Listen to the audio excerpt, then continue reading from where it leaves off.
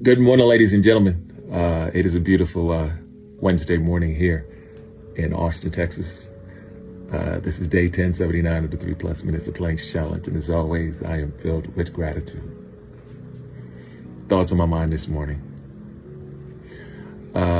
Sort of late last night, beyond my normal sleep time, an ex-girlfriend, good friend of mine, called me out of the blue.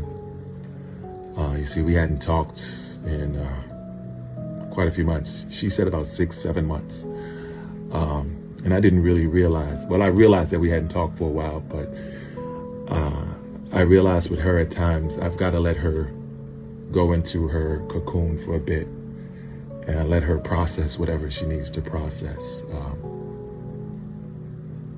She's one that I feel struggle with things in her life. And she always asks me questions about where I am in the space that I am. And I always sort of let her know that first and foremost, God is foremost in my life. And because of some things that has happened in her past, she doesn't really believe in God. I have to understand that. But she always asks me questions about why am I so peaceful? Why am I always smiling? Why am I happy? Because she doesn't really fully understand it. And a lot of it is just me letting go.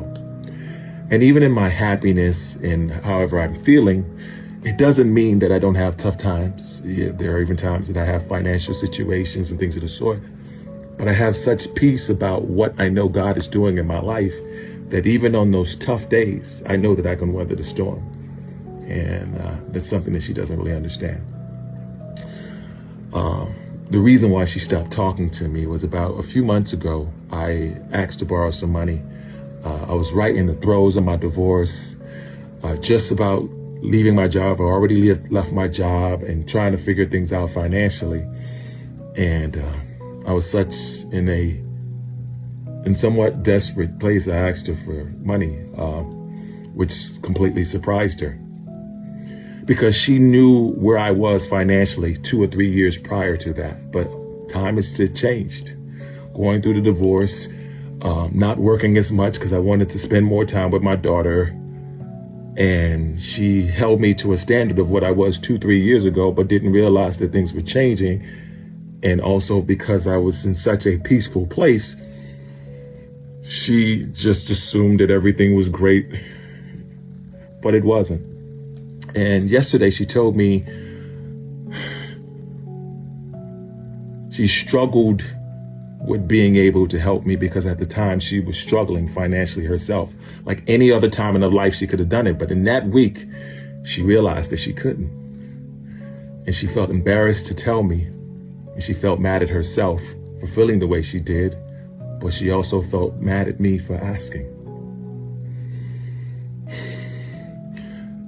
It was a very revealing conversation because it realized the struggles that people go through. And instead of sometimes working on us, we project on others. Like I saw it in real time. And there were moments where I felt she would start arguments because she was in such an unhappy space that she wanted me to be the same. It was an interesting dynamic to see it happen. And I see that happening with a lot of people.